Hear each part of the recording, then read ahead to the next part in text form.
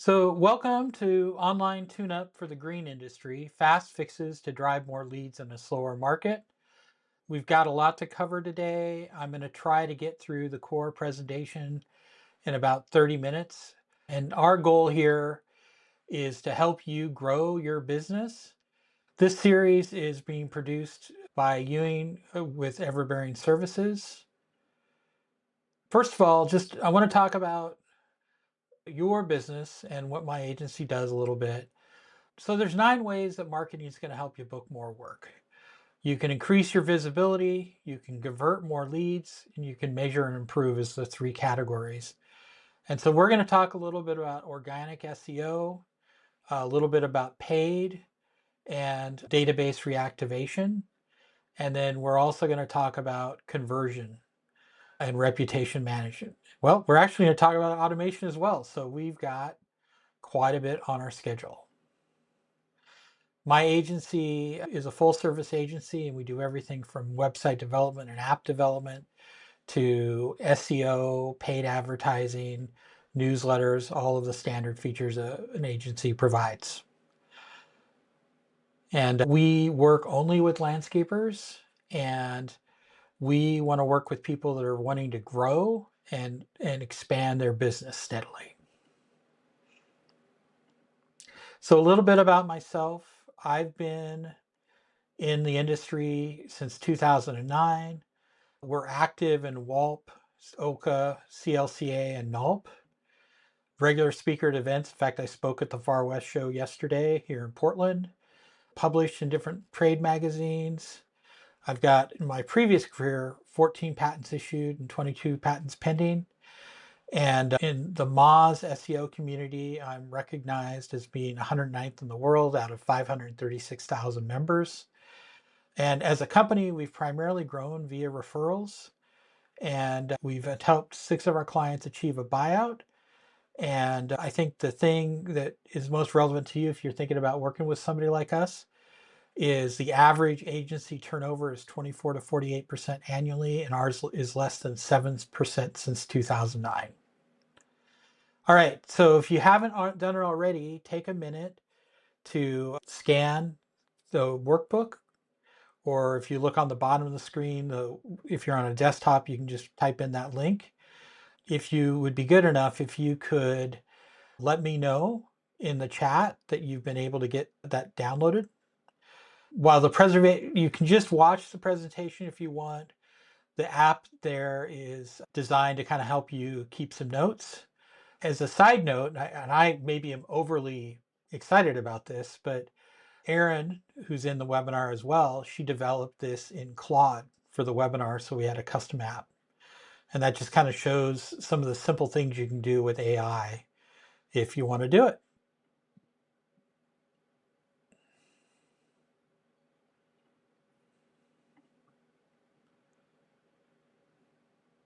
And Erin also dropped the link hot into the chat.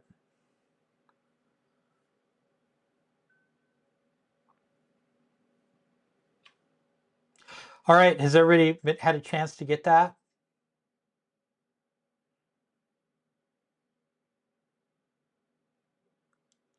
So I'm going to get going.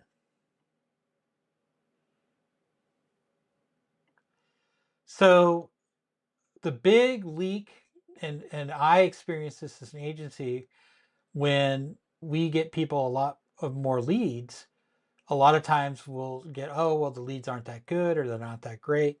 And when we look into it, we'll find out that they're not responding to them for hours or days in some cases. And so we're really going to talk about how to cover the phone and the solutions available for that, and how to respond faster and then book more of those leads you're already getting.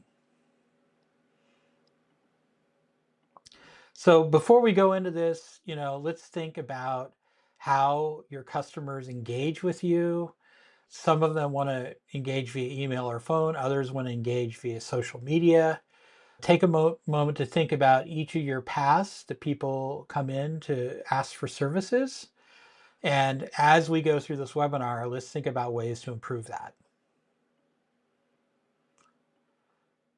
So the first thing, and it's weird, we all have to work at doing this, but it's important to think about the customer journey, like what steps they have to take to do business with you and how they need to reach you. And the goal here is to make it really streamlined for them to engage with you. The easier it is to engage, the more likely the client's going to go with you. And also, you want to communicate in a way that works for them. And some people want to call via phone, other people want to text you, some people want to DM you on social media. We have multiple formats. And so, the top thing here is the easier it is for them to let you know what they need, the higher conversion rate of your clients you're going to have. So the first thing, and I say it's coffee for closers, but the 5 minute revenue window, it's a real thing. And basically, you've got about 5 minutes to get back to customers. And, in previous years, we've had the pleasure and the privilege of not having to worry about getting back to people. I mean, I've had people that don't get back to people for weeks. And again, this is a year or two ago. But I wouldn't say the economy is in a recession. It's just more like it's returning to normal. We're out of this boom, and now customers are being a little more careful about their purchases, and they're often going down a list. And if you don't get back to them before somebody else does, your chances of closing go way down. And the problem is that many of you, at least, you're out doing jobs, you're, actually doing the work in some cases, and you can't cover the phone 100% of the time the way you're doing it and and still and still run your business. And so the problem is that you're losing 50 to 60% of your leads at a minimum if you're operating this way. So let's figure out how to solve that.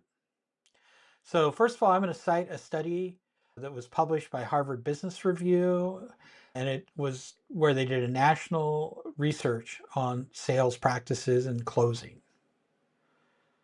First of all, on your follow-ups, the best day to make calls back, it looks like is Wednesday and Thursday, and it's like a 49% difference. And the best times to contact, and really this shouldn't be a huge surprise, is between 8 and 9 in the morning, or it looks like about 7:30 to 9, and between about 3:30 and 5:30. And again, this is kind of a different way of showing the same thing. Looks like your best time, 17% and 16%, is 9 and 5, and then at noon is another window. It's like noon to 1. And then for some reason 1 to 2 is terrible. So that's like the worst time to call somebody back.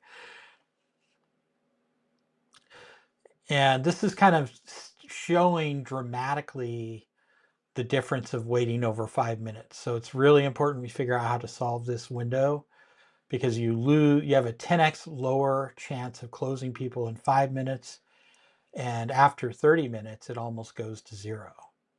So that first call, that first touch, is really important. Then the other thing is persistence. So in our industry, we've gotten in the habit of only calling people back and expecting the customers to call us back.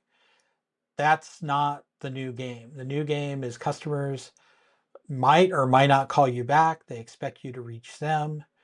And essentially, if you want to get back to people, you want to call them back a minimum of 7 times.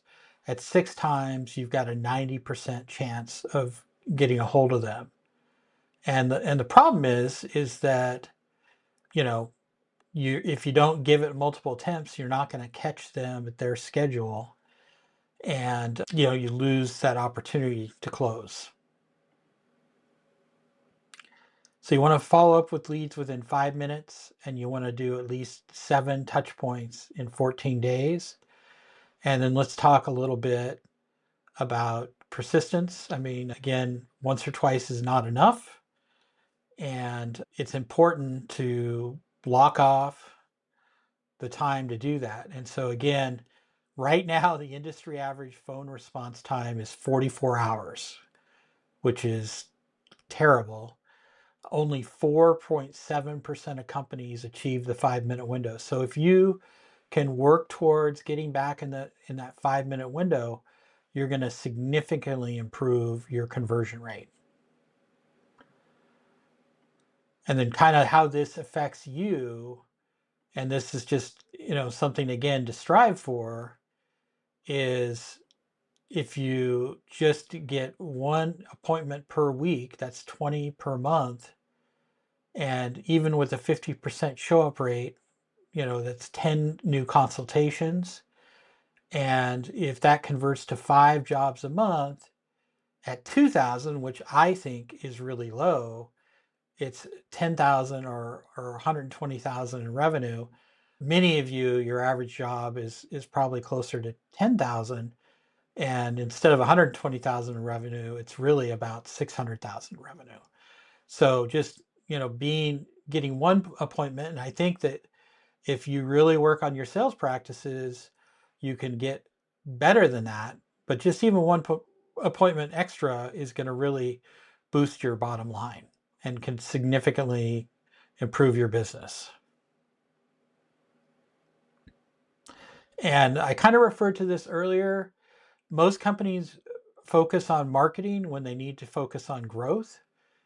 And unfortunately, if you're not converting the calls and leads you're having come in, if you don't have those processes in place, you're putting gas on the fire, but then when you get those leads, you're not going to be able to execute. And so it's really important that you focus on this customer journey and how to improve it.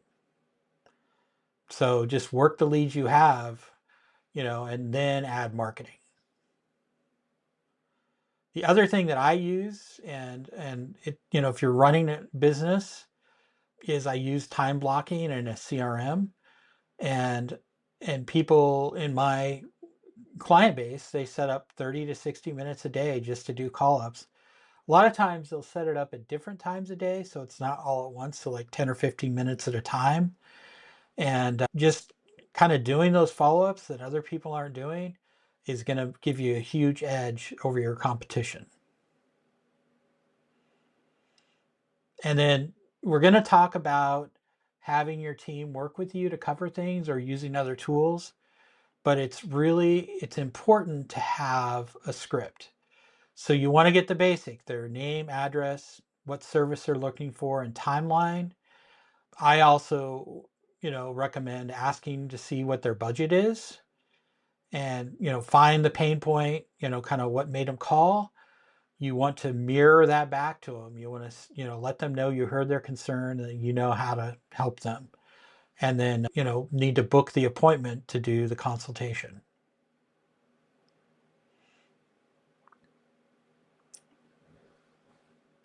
So how do we get people to cover?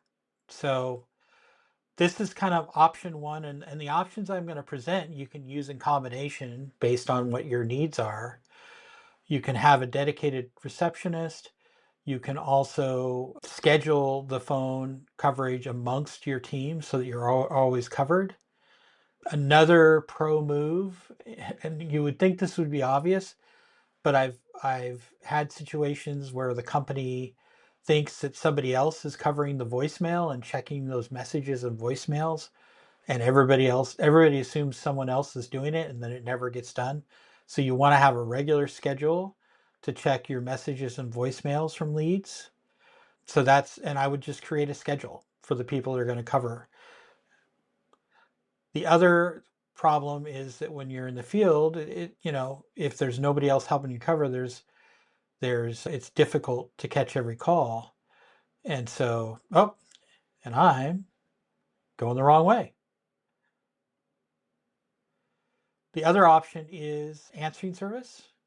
And so going back to the script we discussed earlier, it's really important to give that answering service a schedule and also give them a script that they go through.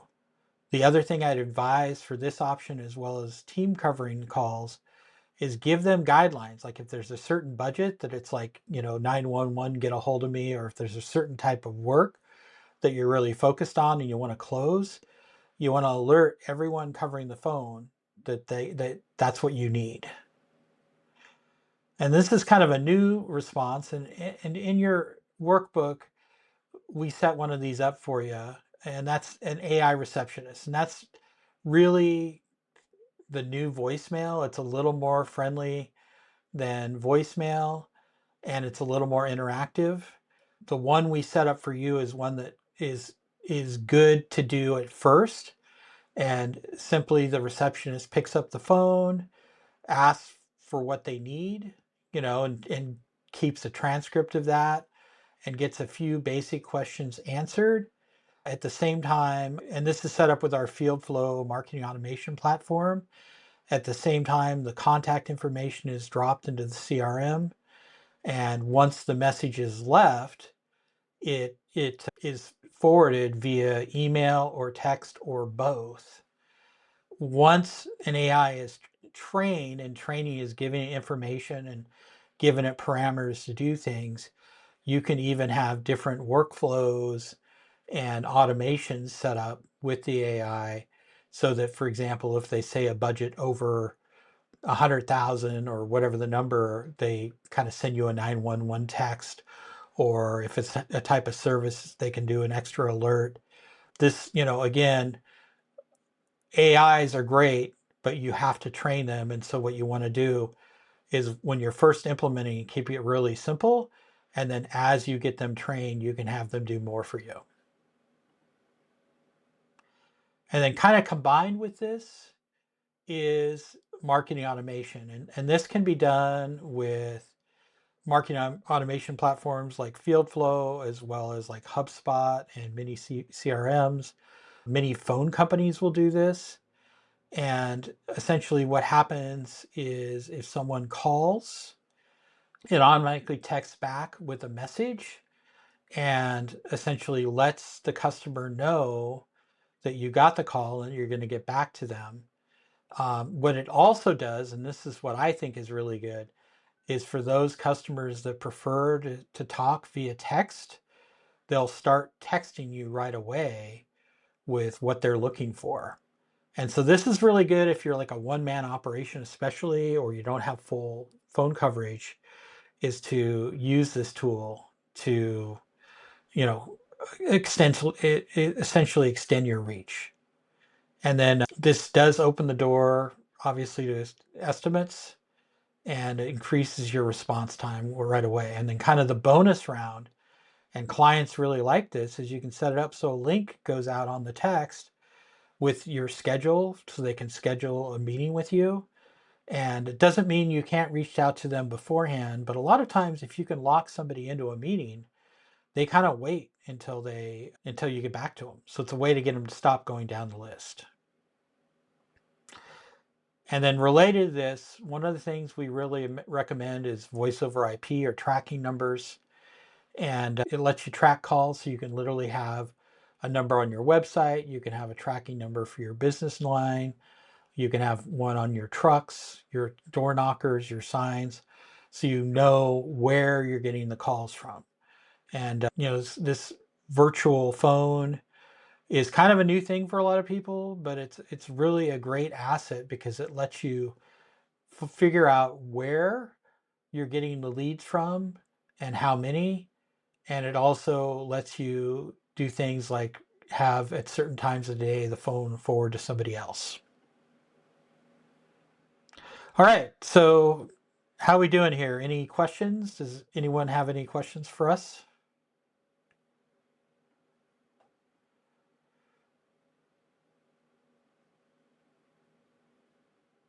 So Ashley, you basically asked if this is for general landscape services, what type of work is represented in the industry. So this is just service-based industries, and it would really relate to maintenance and also design, build, any kind of service or thing that you deliver. This would be relevant to. All right, any more questions?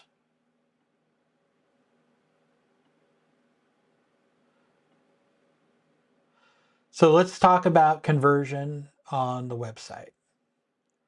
So the first and foremost thing I'd recommend, and it's crazy how much this is going on, is check your contact form. Unfortunately, when people try to hack your site and load malware, one of the exploits or ways that they get into your website is by trying to hack your contact form. And they don't usually get in, but they often break your contact form. So please check your contact form at least once a month, because that's often, I'll have people say, oh, I'm not getting any leads, and I'll check their contact form and there'll be all these contacts that it didn't get through because the form was broken. And so check it at least once a month. We recommend once a week, just to make sure that you don't lose those leads. The other thing is to post your services clearly. And you want to remove, think about our real estate. You only have so much room you only have so much room on your website for people's attention. And so the internet police is not going to come out and tell you to, that you should put this service up. If something isn't profitable for you, or if it's a service that you don't want to deliver, don't put it on your website. And then the other thing, kind of related to that, is you want to put the services on the website first and foremost that are most profitable. So the services that you really want to deliver to clients, highlight those and depreciate the services that you don't want to provide as much. And then the other thing is to post your services clearly and link to the services on the homepage. One of the things that we recommend is you want to, at a minimum, cover your broad categories, and kind of think of that like a machete. And then you want to cover the subcategories based on, priority. And you want to go from really broad, which might just be, hardscapes or patios, to really narrow. And even in the maintenance category, I would be specific and have, for example, commercial rate maintenance or residential maintenance. If you want to focus on HOAs, I would define that. Google puts about a 40% weight on contextual relevance, or, how relevant the search is. And so, for example, in North Carolina, I've got a client, and bluestone patios are big there. And so we have a patios page, but we also have a bluestone patio page. And the reason we do that is when anybody searches for bluestone patios, their company shows up at the top. And so, really think about the services that you want to put on there. I'd put the general things, and then I would have the specific, and if there's like specific services for your area, you want to have that. The other thing that clients look for is social proof. One kind of tried and true is to have a BBB logo, and people people really trust that. And so it's important to have that, on your site if you are open to doing that. The other thing is reviews, and we're going to talk a little more about that, but that social proof that other people have done business with you and like your services really helps. Any awards your company has. And then I also recommend any associations, either industry associations, or if you're members of an HOA association or other associations for the services you provide, you want to put that up there and let people know that you are active in the areas that they're interested in. And then kind of a pro move that you can do is what's called a lead magnet. And you can have this on your website, and it's something that consumers are going to be willing to give up their information in order to get. In this case, we had a vetting checklist, like how to decide, which landscaper to hire. And, what's great about lead magnets like this is It signal, obviously if they're downloading that, they're looking at hiring a landscaper. And then you can use this on social media and share it and gather leads that way. So this is kind of another way to get the person from looking at your website to engaging with you. The other thing we really recommend is a click to call. So we want to make it super easy on your mobile for people to get a hold of you. Unfortunately, and it's weird how many times somebody has their number, but it's not set up to click to call. People now, if they have to type in the number, they just won't bother. They'll just go on to the next person. The other thing we like to do is kind of like what I've got over here in the right hand of the screen. We like to have the phone icon so people can just hit it. And again, make your phone number prominent, make it really easy to see. Put it on the top of your site. I also recommend at the bottom. You want to make it super easy for people to get a hold of you. Related to that, if you want them to contact you via contact form, make that form really prominent and easy to fill out.